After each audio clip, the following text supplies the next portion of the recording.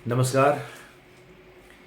अभिनय योग में सेकंड फेज़ की चर्चा कर रहे हैं और उसमें पहले हमने अपने अंदर मौजूद नेगेटिव फीलिंग्स को आइडेंटिफाई करने की बात कही और उसे पॉजिटिव थिंकिंग और फीलिंग से रिप्लेस करने की बात कही। फिर अब हम सेकंड फेज़ के ही सेकंड पार्ट में ये समझ रहे हैं कि हमारे जो नेगेटिव एनर्जीज़ हैं वो हमारे नज़दीकी रिश्तों के दायरे में ही हैं।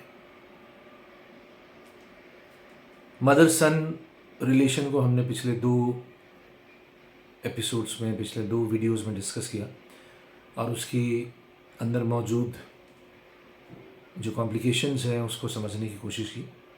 इसी तरह आज हम देखेंगे फादर सन रिलेशन को, थोड़ा सा उस पर बातचीत करेंगे, उसके अंदर जो कॉन्फ्लिक्ट है उसको समझेंगे।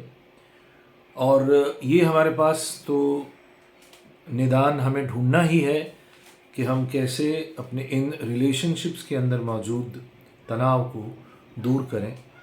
जब दूर करेंगे तभी मन के अंदर मौजूद जो नकारात्मक शक्ति है वो धीरे धीरे कम होगी, नहीं तो आप उसे कम कर नहीं पाएंगे। तो फादर सन के बारे में कहते हुए ये बताना ज़रूरी समझता हूँ कि आज तक पूरी सभ्यता और संस्कृति में इस रिश्ते को ठीक से समझा नहीं गया है, इसके साथ न्याय नहीं हुआ है। जिस तरह से माँ बेटे के रिश्ते पर बहुत कुछ कहा गया, समझा गया और कहानी, कथा, साहित्य बहुत कुछ है, फादर सन पर उतना नहीं है। हमारे देश में जो पुरानी परंपरा है वो तो ओबीडियंस की है, पिता को लेकर, और पिता का मान सम्मान करना, पिता के आज्ञा का पालन करना। पुराना जो कल्चर है वो आज्ञाकारी पुत्र, ओबीडियंट सन। पर मॉडर्न लाइफ ने और ख़ासकर वेस्टर्न इन्फ्लुएंस ने डिसोबीडियंस और रिबेलियस नेचर को जन्म दिया और वो अभी तक चला आ रहा है। पश्चिम में तो ये 100, 150, 200 साल पहले से चला आ रहा है, पर अब ये भारतीय संस्कृति में भी दिख रहा है कि पिता से न बनना एक फैशन सा बन गया है। आइए एक नज़र दौड़ाते हैं बेटे की जर्नी में कि बेटा बचपन से पैदा होने के बाद कैसे अपने पिता को देखता है या उसकी दृष्टि कैसी होती है। हालांकि हर रिश्ता अपने अंदर एक यूनिकनेस रखता है, मगर बाय एंड लार्ज हम यूँ देखें कि ये जर्नी कैसे चलती है। बच्चा, यहाँ पे हम बच्चे को बेटा ही बोल रहे हैं, बेटा अपने पिता से शुरू में हमेशा अभिभूत रहता है, उससे इम्प्रेस्ड रहता है, उससे डरता भी है। भय की वृत्ति तो बच्चे में वैसे ही होती है। माँ से धीरे धीरे उसका प्रेम होना शुरू हो जाता है और माँ से उसको सिक्योरिटी भी मिलती है। फादर से भी सिक्योरिटी मिलती है जब वो अपने माँ बाप को दोनों को साथ साथ देखता है, और फादर जब उसे प्रोटेक्ट करते हुए दिखते हैं तब उसे अच्छा लगता है, वो सिक्योर महसूस करता है। वैसे भी छोटे बच्चे की नज़रों से, उसकी आँख और उसके हाथ पैर की नज़र से फादर जो बड़े फिगर हैं, उसके बड़े बड़े हाथ हैं, बड़ा चेहरा है, घर में एक दबदबा है, रौब है, कई बार वो डांट डपट भी करता है, तो बच्चे के लिए तो पिता भगवान जैसा ही होता है। एकदम छोटे बच्चे के लिए उसके फर्स्ट जो इम्प्रेशन ऑफ गॉड है वो माँ बाप से ही आता है। ये बात तो सभी साइकोलॉजिस्ट कहते हैं। लेकिन धीरे धीरे बच्चा जब बड़ा होता है, किशोर अवस्था में आता है और अपने पिता की छोटी छोटी कमियों पर उसकी निगाह पड़ती है, तो उसकी वो छवि धीरे धीरे धूमिल होने लगती है। फिर वो कई बार अपने पिता को दूसरे बच्चे के पिताओं से कंपेयर करता है, तो वहाँ कई बार उसे अपने पिता छोटे दिखते हैं, कमज़ोर दिखते हैं, या कई बार अपने पिता ज़्यादा बेहतर भी दिखते हैं। उससे एक अलग दृष्टि पैदा होती है और टीनेज लाइफ तक आते आते उसे अपने पिता का ऑर्डिनरीनेस, उसका साधारणपन दिखाई देना शुरू होता है। इस बीच वो अपने पेरेंट्स को लड़ते झगड़ते भी देखता है।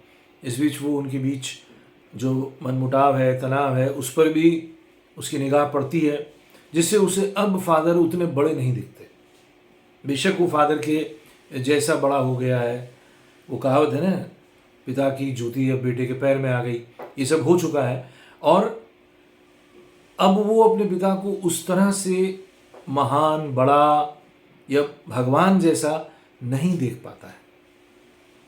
पिता अगर बहुत सक्सेसफुल है तो एक अलग तरह का दबाव आता है, पिता अगर सक्सेसफुल नहीं है तो एक अलग तरह का दबाव आता है, एक अलग तरह का विद्रोह आता है, या एक अलग तरह की दृष्टि बनती है जिसमें वो पिता का उतना सम्मान नहीं कर पाता। अगर पिता बहुत सक्सेसफुल है तब भी उसे ये दिक्कत होती है कि ये अपने सक्सेस का बोझ मेरे सर पर क्यों लाद रहे हैं, जैसे ये बड़े बन गए मुझे भी क्यों बड़ा बनाना चाहते हैं, या मेरी मदद क्यों नहीं कर पाते ये मुझे इनके जैसा बनने में। और अगर पिता बहुत सक्सेसफुल नहीं है तब इन्हें आक्रोश, बेटे का आक्रोश बना रहता है कि पिता ने और पैसे क्यों नहीं कमाए, दूसरे पिताओं के जैसे ये उतने सक्सेसफुल क्यों नहीं हुए। जब छोटा बच्चा होता है तो उसे अपनी स्कूल की समस्याओं का निदान, समाधान अपने माँ बाप से मिल जाता है, लेकिन जैसे ही वो बड़ा होना शुरू होता है तो पिता भी उसके सवालों का जवाब नहीं दे पाता। बहुत से सब्जेक्ट्स में पिता भी उसकी मदद नहीं कर पाते। तो यहाँ से वो फेज़ शुरू होता है कि बेटा ये महसूस करने लगता है कि मेरे पिता ऑल नोइंग एंटिटी नहीं है, मेरे पिता बहुत महान नहीं है जितना मैं उन्हें समझता हूँ। फिर जब वक्त आता है करियर के चुनाव का, मैरिज का, फिर बेटा अपनी दोस्तों के इन्फ्लुएंस से या कुछ दूसरे इन्फ्लुएंसर्स की वजह से कुछ नए विचारों से प्रभावित हो जाता है, आकर्षित हो जाता है, तब एक धीरे धीरे एक दूरी बननी शुरू होती है। मनमुटाव का जो एरिया है वो बढ़ना शुरू होता है। यहाँ पे जनरेशन गैप भी अपना एक पूरा मजबूत रोल प्ले करता है। अपने जनरेशन में पिता भी मॉडर्न रहे, लेकिन ये जो 25-30 साल का गैप आ जाता है बेटे और पिता में, तो उसमें बहुत सारे एरियाज़ में परिवर्तन आ जाता है।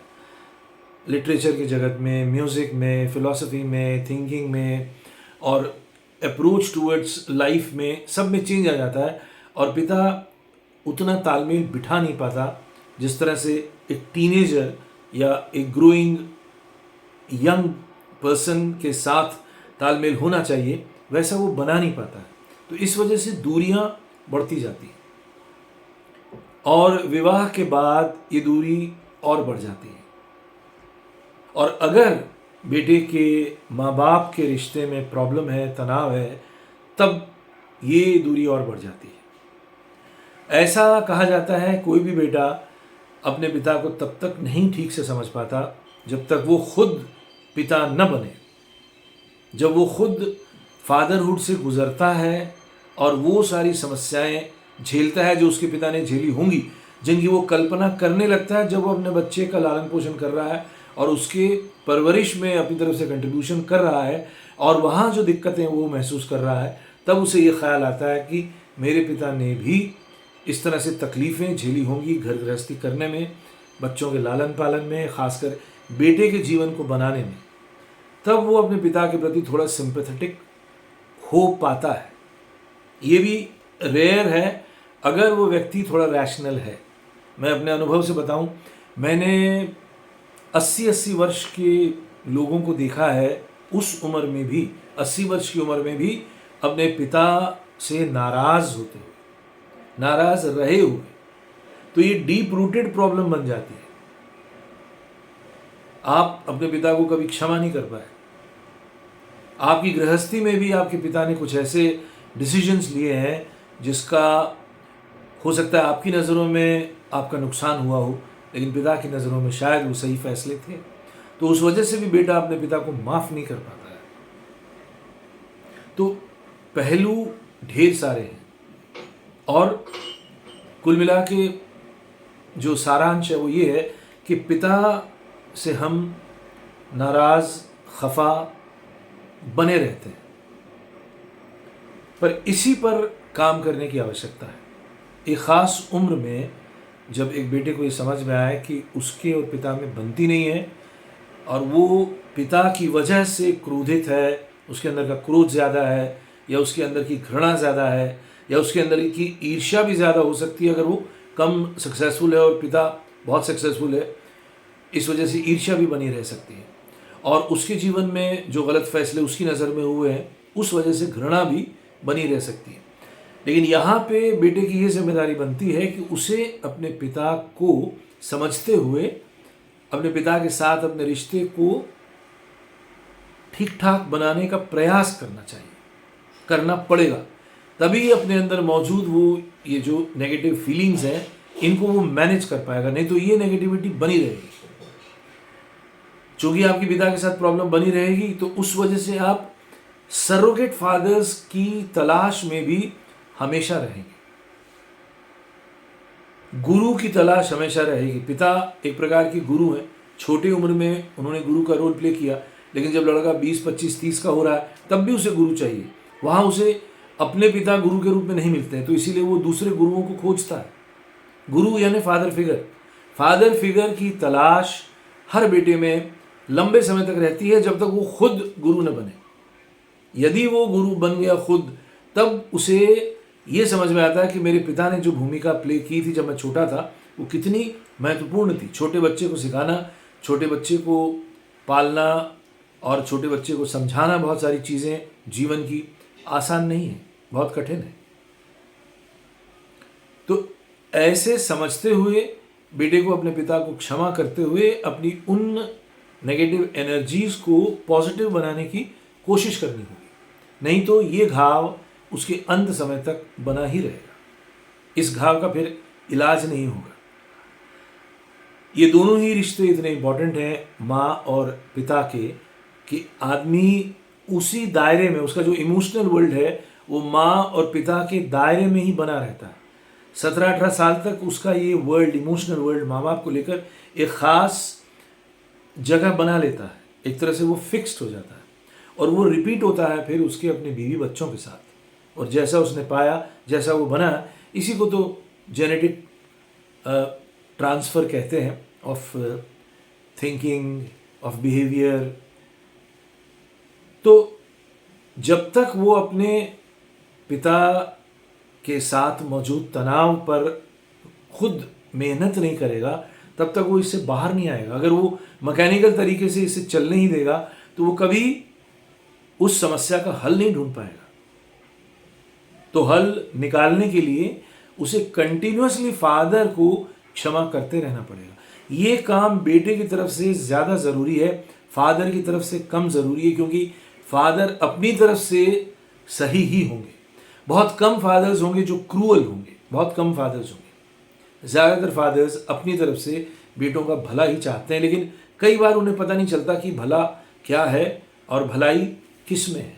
ये वही जनरेशन गैप और वक्त के साथ जो एक फासला आ जाता है उस वजह से हो जाता है। लेकिन यहाँ बेटे की ही जिम्मेदारी बनती है कि वो अपने पिता को समझते हुए, मैनेज करते हुए चले। उसे अभिनय का भी सहारा लेना पड़ेगा, उसे डिप्लोमेसी का सहारा लेना पड़ेगा, और पिता के प्रति जो उसका फ़र्ज़ है वो उसे निभाते रहना पड़ेगा। वो जो अनकंडीशनल लव है फादर के लिए वो उसे बनाए रखना पड़ेगा। अपनी तरफ से कुछ डिमांड नहीं रखनी है, वो जो मिल रहा है वहाँ से वो लेते रहना है, और अपनी तरफ से जो सर्विस एरिया में, सेवा के एरिया में जो करना है वो काफ़ी है। अगर आप अपने पिता के साथ बैठ के सिर्फ उनको सुन भी रहे हैं, उनकी सिर्फ, चाहे वो उनकी भड़ास हो, चाहे वो उनका मैडनेस हो, चाहे वो किसी भी किस्म का उनका वो मेंटल वर्ल्ड में जो जो बातें कह रहे हैं, वो एक उम्र के पड़ाव पे आने के बाद अपने आप ही आ जाती है। तो वो उम्मीद करता है कि मेरा अपना बच्चा मुझे सुने। वो सुनना भी प्रेम का ही एक ढंग है।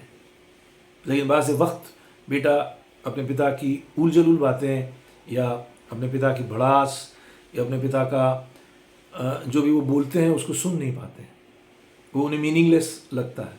लेकिन अगर आप उसे वो साइकेट्रिस्ट की तरह सुने तो वो फादर के लिए बहुत अच्छा हो जाता है, और बेटे की तरफ से वो अपने पिता के लिए कुछ कर रहे हैं, सेवा का काम कर रहे हैं, ये बात आ जाती है। तो कहना यही है कि फादर सन रिलेशन के अंदर मौजूद जो कॉन्फ्लिक्ट है उसको पहले समझें, आइडेंटिफाई करें, और अपनी जिम्मेदारी, बेटे की जिम्मेदारी ज़्यादा है। फादर की तरफ से भी ये जिम्मेदारी हो कि वो अपने बेटे की नादानी को क्षमा करते जाएं, और ये भी समझे कि ये अगली जनरेशन, नई जनरेशन जो है ये डिफरेंट तरीके से सोचती है। तो जैसे वो छोटी उम्र में अपने बच्चे को देख रहे थे, बड़ी उम्र में जो बच्चा बड़ा हो गया है उसको वैसे न देखें। जनरली पिता एक तरह से फॉर ग्रांटेड ले लेता है बच्चे को, बच्चा जो कि बड़ा हो गया है, इसीलिए उसकी तरफ से वो प्रॉब्लम आती है। उसे लगता है कल तक तो ये पिद्दी भर का था, कल तक तो इतना मामूली था, चलना नहीं जानता था, कपड़ा नहीं पहनना जानता था, आज सवाल कर रहा है, आज जवाब दे रहा है, आज अपना ज्ञान बघार रहा है और माँ को इम्प्रेस कर रहा है। हाँ, माँ से एक और पॉइंट यहाँ पे आता है, माँ की वजह से भी फादर सन रिश्ते में या तनाव ज़्यादा हो जाता है या तनाव कम होता है। ये हस्बैंड वाइफ जो फादर मदर का रिश्ता बना है एज हस्बैंड वाइफ, उस पर काफ़ी कुछ निर्भर करता है। अगर वो बहुत बैलेंस्ड और हारमोनी से भरा हुआ रिश्ता है तब बेटे तक वो तनाव कम आएगा, लेकिन अगर हस्बैंड वाइफ में ही बहुत प्रॉब्लम्स है तो उसका असर बच्चों पर बहुत ज़्यादा नेगेटिव ही हो जाता है। ऐसा माना गया है, वाइज लोगों का कहना है कि बच्चा जब पैदा होता है उस वक्त एक इम्पैक्ट और एक इफ़ेक्ट तो ग्रह नक्षत्रों का है ही, प्लैनेट्स किस तरह से किस कन्फिग्रेशन में है उन प्लैनेट्स का असर तो होता ही है, साथ में सबसे बड़ा असर उस बच्चे के मेंटल वर्ल्ड पर, इमोशनल वर्ल्ड पर, अपने माँ बाप की इमोशनल कंडीशन का होता है। ये बात भी ऑल ओवर वर्ल्ड एक्सेप्टेड है। उसके अलावा वैसे माँ बाप के अलावा जो नज़दीक के रिश्तेदार हैं उनकी, जो लोग उस वक्त थे उस एनवायरनमेंट में, और वो टोटल एनवायरनमेंट, वहाँ का जो एटमॉस्फेयर है, वहाँ का जो जलवायु है, वहाँ की जो आबो हवा है और वहाँ के जो लोग बाग हैं, वहाँ का जो कल्चर है, उन सब का असर बच्चे के मन पर पड़ता है और वो देर तक उसको कैरी करता है। एक तरह से सब कुछ, काफ़ी कुछ बोलें तो प्री डिसाइडेड, प्री डिटर्मिन्ड है। इसीलिए भारतीय संस्कृति ने माँ बाप को लेकर एक अनकंडीशनल लव और सेवा की बात कही है, बिकॉज मदर फादर के साथ का तनाव बहुत ज़्यादा नेगेटिव इम्पैक्ट डालता है दोनों के ऊपर। फादर और मदर का कर्स और फादर और मदर की ब्लेसिंग्स वाकई वर्क करती है दोनों सन और डॉटर के ऊपर। इस बात को भारतीय समाज ने बहुत पहले समझ लिया था, जान लिया था। इसीलिए अगर फादर और मदर कुछ गलत भी कर रहे हैं तो भी उसको फॉलो करना बेटे के फ़र्ज़ के दायरे में आ जाता था। बिकॉज वैसे भी देखें, कोई भी बेटे के रूप में अगर अपने फादर के रिश्ते को देखे, जब जब उसने अपने पिता को दुख दिया वो खुद भी दुखी रहा होगा। ऐसा हो नहीं सकता कि आप अपने पेरेंट्स को या फादर मदर को परेशान करें और ख़ुद परेशान ना हो। ख़ासकर अपने फादर को आपने हर्ट किया तो आप तक वो वापस चला आएगा। फादर के साथ एक अलग बात ये होती है कि फादर्स जनरली बहुत ज़्यादा एक्सप्रेसिव नहीं होते जैसे मदर्स होती हैं। मदर्स अपना प्यार, अपना गुस्सा अक्सर जताती रहती हैं, लेकिन फादर चुप कर जाते हैं और उनका एक रूखा व्यवहार ही सामने आता है। बहुत कम फादर्स हैं जो अपनी मोहब्बत को लेके, अपने प्रेम को लेके, बच्चों के प्रति प्रेम को लेके एक्सप्रेसिव होते हैं। बोल नहीं पाते, शब्द नहीं होते, वो बस जिम्मेदारी के दायरे में ही आते हैं। बच्चों से, बचपन से ही बच्चे अपने फीस और किताब और जो सामान ख़रीदना है, इसी एरिया में फादर का कंट्रीब्यूशन देखा जाता है। तो वो एक प्रोवाइडर के रूप में ज़्यादा समझ में आता है, लेकिन उसका इमोशनल अटैचमेंट या उसका इमोशनल कनेक्ट कम नज़र में आता है। उसका भी अनाहत चक्र है, उस अनाहत चक्र में उसके भीतर भी प्रेम का भाव है अपने बेटे के प्रति। और जब जब फादर पॉजिटिव रहता है अपने बेटे को लेकर, तो वो बेटे के माध्यम से अपने आप को अमर ही कर रहा है। ये एक दूसरा डायमेंशन है। ये अगर फादर इसको अपने जीवन में अपनाए, इस दृष्टि से अपने बेटे को देखे, तो वो और बेटर हो सकता है। जनरली मनुष्य जीवन का लक्ष्य अमरत्व को प्राप्त करना ही है। हालांकि वो मेथोडोलॉजी अलग है, लेकिन आप परिवार में जब आप अपने जैसा कोई दूसरा जन्म देते हैं, अपने जैसा किसी और को ले आते हैं संसार में, ये प्रकृति आपसे काम करवाती है, तो आपसे प्रकृति ने आपके जैसा ही एक और पैदा कर दिया। तो यहाँ आपका काम पूरा हो गया। प्रकृति ने आपका इस्तेमाल कर लिया और आपको एक तरह से अमर कर दिया, because you are now living through your son, you are continuing through your son. Son is, for you, Son is your immortal expression, which he continues further. So this is one way of moving on as an immortal entity. ये एक रास्ता है जो प्रकृति के माध्यम से होता है, फिर जो शिव के संपर्क में आने से होता है, जिसे हम ध्यान धारणा का पथ कहते हैं, साधना का पथ कहते हैं, उसमें भी जो प्योर अमरत्व की बात है कि आप मुक्ति और मोक्ष के राह पे चलते हुए अमर हो जाते हैं। तो आज इतना ही, बहुत ज़्यादा बात करना भी उचित नहीं है आज के समय में इतना वक्त भी नहीं रहता।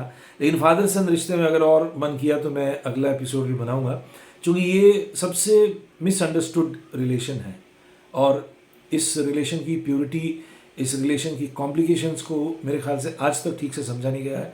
एक चर्चित उपन्यास है वैसे फादर्स एंड सन्स के ही नाम से, जो तुर्गनेव का है, जिसमें काफ़ी कुछ मेंशन किया है लिटरेचर के दायरे में। हमारे देश में कई ऐसी फिल्में बनी हैं जिसमें फादर सन के रिश्ते की कॉम्प्लिकेशन को दिखाते हुए जो द्वंद्व है वो दिखाया है, लेकिन उसमें अंत ट्रेजेडी ही रहा है, because nobody expressed the love for the other. खासकर सन के पॉइंट ऑफ व्यू से फादर का लव उस तक पहुंचता नहीं है, और हर बेटा ये चाहता है कि फादर उसे प्यार करे, उसी अचीवमेंट को सराहे, उसके पीठ पर हाथ फेरे, उसे शाबाशी देता रहे। ये बेटा दोनों की नज़रों में ऊंचा उठते हुए चाहता है। मदर से तो मिलता है, मदर्स एक्सप्रेसिव होती है, लेकिन फादर कभी भी उस तरह से एक्सप्रेस नहीं कर पाते, और इसकी कमी की वजह से ही फादर और सन में दूरी बनी रहती है। तो ये दूरी को कम करना है और हमें फादर के साथ के कॉम्प्लिकेशन को सॉर्ट आउट करते हुए इसी जन्म में हमें आगे बढ़ना है। तभी हम अपने अंदर जो नेगेटिव एनर्जी है उसको धीरे धीरे और कम करते जाएंगे। हमारे रिलेशंस मधुर होंगे तो हमारे अंदर जो षडरिपु और अष्टपाश हैं, काम क्रोध लोभ मोह मद मत्सर, घृणा शंका लज्जा भय कुल शील मान जुगुप्सा, इस तरह की जो नेगेटिव एनर्जीज हैं वो धीरे धीरे कम होती जाएंगी। और दूसरी तरफ हम योग के पथ पे चलते हुए, साधना के पथ पे चलते हुए हम और ज़्यादा पॉजिटिव होते जाएंगे। जैसे जैसे मन हमारा चेतना के संपर्क में आता जाएगा, वैसे वैसे मन और पॉजिटिव होता जाएगा। आज के लिए इतना ही। Thank you for watching it and listening to it. नमस्कार।